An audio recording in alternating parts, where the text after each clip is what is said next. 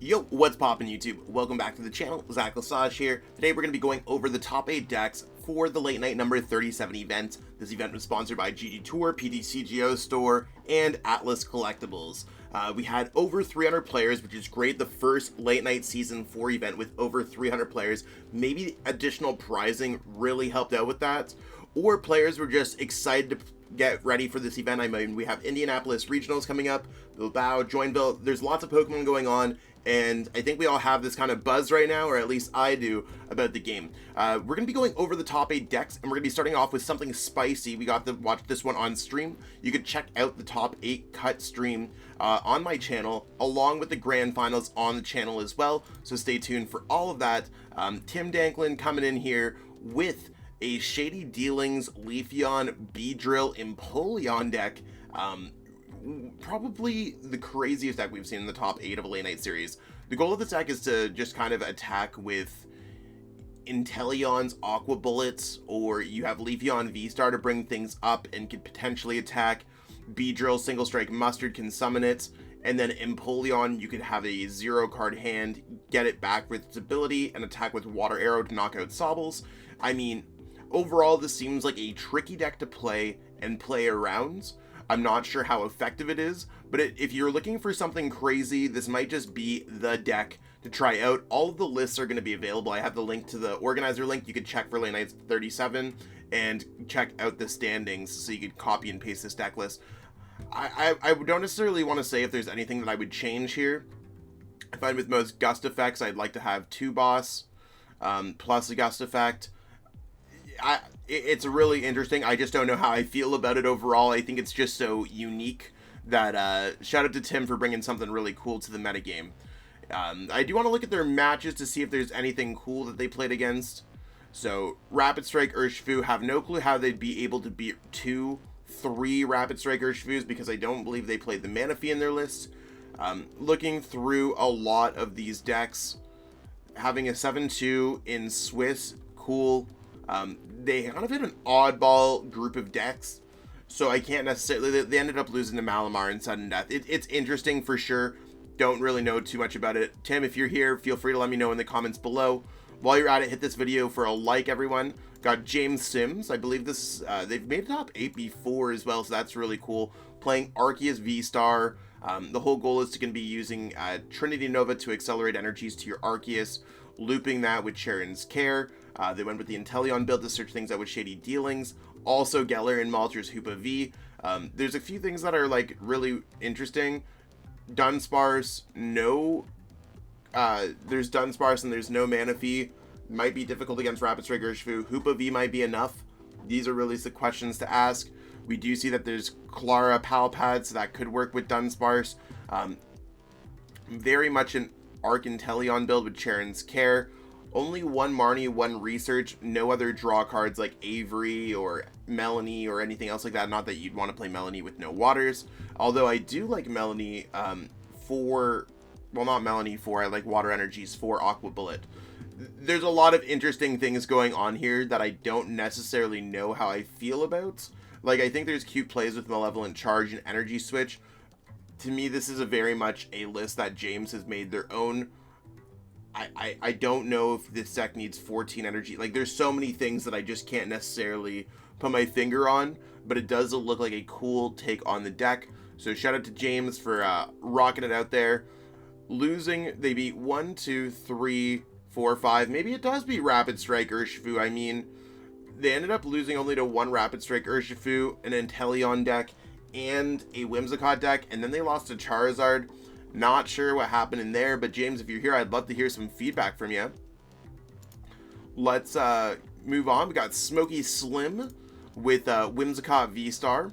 So they are running a very similar list to what Frank Persick ran at UIC. So with Choice Belt being the only difference that I could tell off the top of my head. Not sure where they cut from it. Whimsicott's all going to be about discarding energies with Crushing Hammer, Fan of Waves, and playing Path to the Peak, and Avery and Marnie, and also going for Whimsicott's Trick Wind to stop you from attaching special energies. Tools, there's also Tool Scrapper. Really cool concept of a deck, and I mean, Whimsicott as an archetype, successful Choice Belt, I don't know if it's necessary. I don't know if it's bad. It's one of those things where it's acceptable for this list. More and more that I play this list, I really want Raihan back in. I have not found Experience Share nor Peony to be as strong as what I want them to be, but I do think Whimsicott is really cool overall. So let's, I'm skipping too fast here. Let's check to see what they ran into. You can see a lot of these players had a very strong Swiss into a phase 2. Of course, everyone in Top Cut has to, but a lot of 7-2s.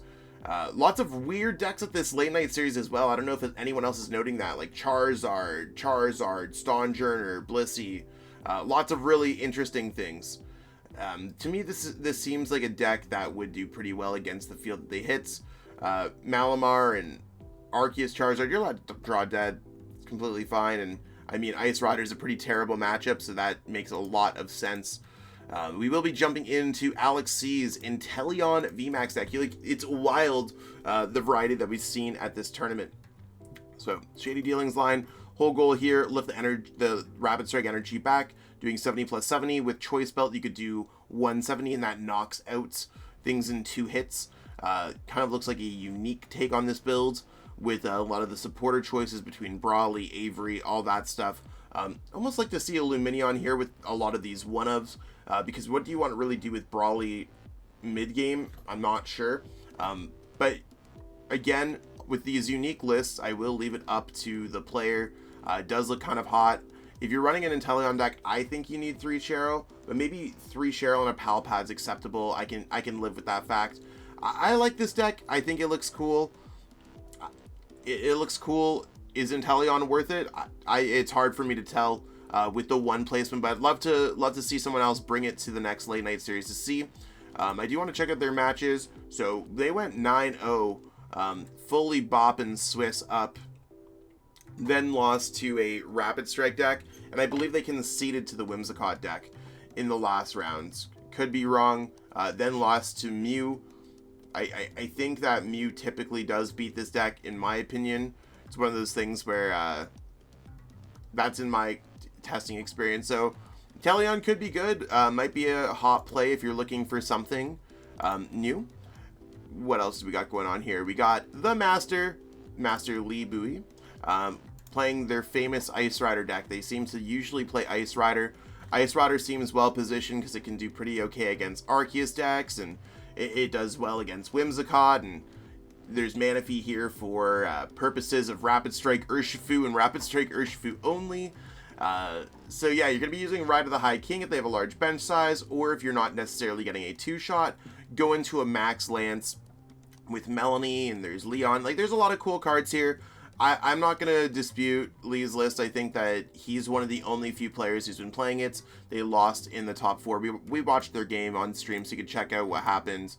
Lee's an excellent player, absolutely a fantastic player. It's always a pleasure to watch them play. No boost, Lee. It's one of those things where I think you're really good, and I have a lot of respect for you. It's one of those things where, yeah, they ended up losing to Mew, Argentalion. The Malamar is a terrible matchup. They played really well with like some kind of Aqua Bullet play that they were planning, and almost brought it back, except then Malamar just drew into everything they needed. And that's how it's going to happen. So, really strong plays over here, and Lee does well every week. So, shout out to them. Ice Rider, hot pick right now, if anyone's looking for a new deck. TOF Marco Celis, I could be wrong. With the Charizard V Star deck, are you kidding me? Like, you can see that so far we have not repeated any decks so far, and I'm just like, usually it's like, there's been 5 Arceus Intellion decks, and 2 Mews, and 1, you know what I'm saying? Like, that's where we're at. I mean, this deck's all about using Magma Basin. You could get the damage counter on you for Explosive Fire, go for a Star Blaze to get an Oko if you need to. Entei V is a strong attacker, and I mean, everything else looks like it's built around getting off that Magma Basin. This might be this looks like a good Charizard list if I ever saw one.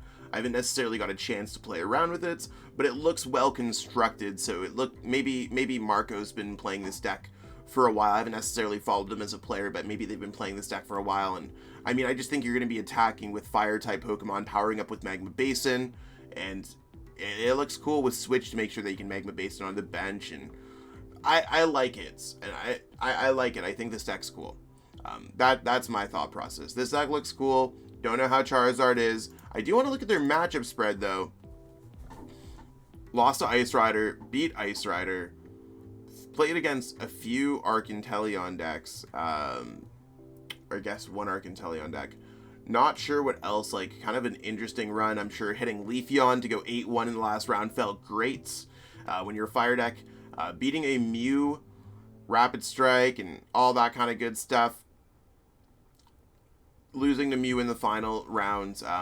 I mean, I would expect Mew to beat a Charizard deck. That's really one of those things where I think Mew does pretty well against these outside-of-the-box decks. I was actually surprised that Mew did not win the event, but we'll get there in a little bit. We are going to move into Treb Doggo's Mew deck. And I think they had a really solid run. Interesting call on the Mew at 3-3. I see a lot of players experimenting with 3-2, 4-2, 4-3.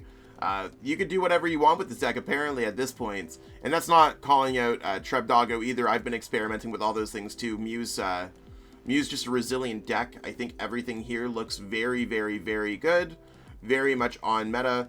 I'd almost like to see another double Turbo Energy, but I'm not sure. This deck definitely seems like it's trying to beat Whimsicott, if I ever saw one.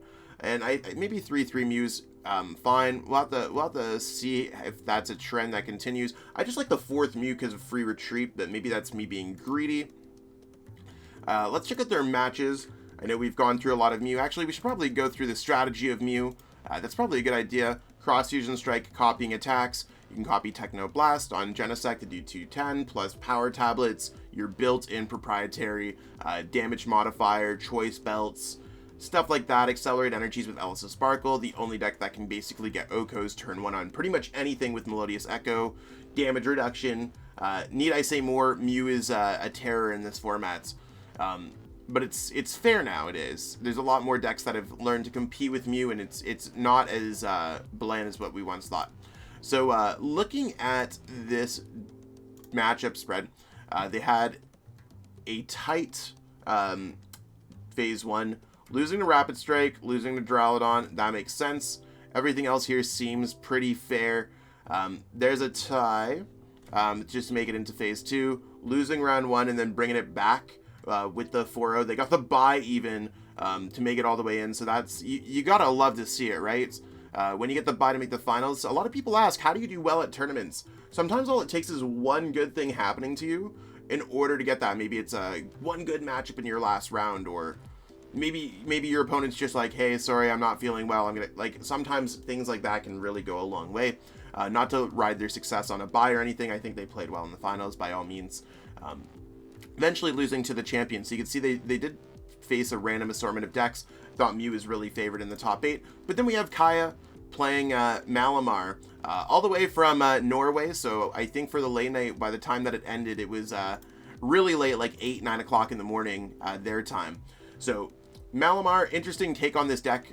Rapid Strike Tentacles is all about ripping Rapid Strike Pokemon from your hands, and that's cool. You're going to be ripping Octilleries and even Spiral Energies and stuff like that, doing 40 damage at a pop. Pretty basic at its core, but getting those cards, you got to use Cynthia's Ambition and search stuff out with Shady Dealings and make it all happen.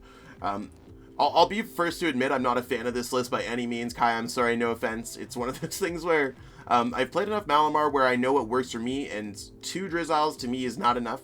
But maybe it is. It's one of those things where we'll have to see if... I haven't tried this list by any means. I'd like to be playing a different Drizzle Intellion line. I do not like Oranguru in this deck. I think it's very scary to have something like Oranguru in a deck like this. And I don't know if Primate Wisdom's necessarily going to help, but maybe you could swap out a non-Rapid Strike card with a Rapid Strike card. Manaphy is cool, and maybe it does help against the Rapid Strike matchup. You do have Rescue Carriers. I like it. Only 2 Karina's Focus. I mean, you can see there's a lot of chopping down on Rapid Strike cards here. So I'd like to play more just to have more shuffle options back into the deck. But they did get a lot of damage output, so maybe they're on to something. Don't know if Great Ball is necessary in this deck, especially when we're cutting things like Fog Crystal. Again, a lot of choices that I don't know if I'd make. I do think the Quick Ball is cute when going through the deck, and only 3 Spiral Energies scares the living everything out of me. So really, like, I believe they've personalized their list themselves. Very interesting overall, but it played out cool, and we have all their gameplay from between playing against Tim in the top 8 to the top 4 to the finals. Like, we have a large portion of their top cut run, if not their whole top cut run. So let's see exactly what happened. They ended up going 7-0-2 phase 1, which was, they had a wide variety of deck, like Charizard, Whimsicott. Like, these are decks that I'd expect them to beat. The tie against Rapid Strike seems cool. Not sure what Poke Drummer was playing. Actually, I just want to see. Arceus, Suicune, Crabominable. Arceus, Water. Interesting. I can imagine that that's a difficult matchup. Intellion. I'm not sure why those matchups happen like that against Arceus decks. Typically, it's tough matchups. Hitting a handful of Ice Riders. Only loss that they had throughout the entire day was against Alex C. Pretty much flawless run. Literally only one loss. You can't really get too much better than that. So I think they just faced a wide assortment of decks, and only facing the one Rapid Strike Urshifu probably really helped out their run as well, and the fact that they were able to tie Angel 22 worked out. So that's what we got going on for the late night series number 37. We do have the late night series number 38. So if you want to go it, you could go to the Play Limitless website, click right here on the front page, late night season 4. If I could click on it, that'd be great. Thank you, computer, for loading up. If you do want to sign up, you could click right here. Late Night 38. Again, the link to this page is in the description. So if I get a lot of questions, how do you participate in these events? You could participate in these events there. Click register, and then you can just put your name. You have to sign up for an account. Obviously, it's free. And then write in your email, all of that kind of stuff there, so we have access about this stuff. And then you sign up, submit your deck list, you're good to play. If you have any other questions, let me know in the comments. As always, like, share, subscribe, check out GG Tour, check out PTC Geo Store, use code ZELASAGE5 if you're trying to pick up some codes. Go to Atlas TCG, use code ZELASAGE8 if you're trying to pick up some codes. Go to Metafy.gg, pick up some coaching if you're trying to get better at the game and prepare for late night or any other events. And we'll catch up with all of y'all next week. Thank you so much for tuning in, and it's been a great one. I believe at the time of this video, I'm looking at my map. I'm currently in Indy, so check out the Pokemon TCG stream if you haven't got a chance to do it already. Hopefully I get a chance to go on stream and then I'm having a good day. Otherwise, I'm definitely going to be having a good time for my first major in real life event back. I do appreciate all the support lately. Thank you so much, everyone. Peace out and have a great one.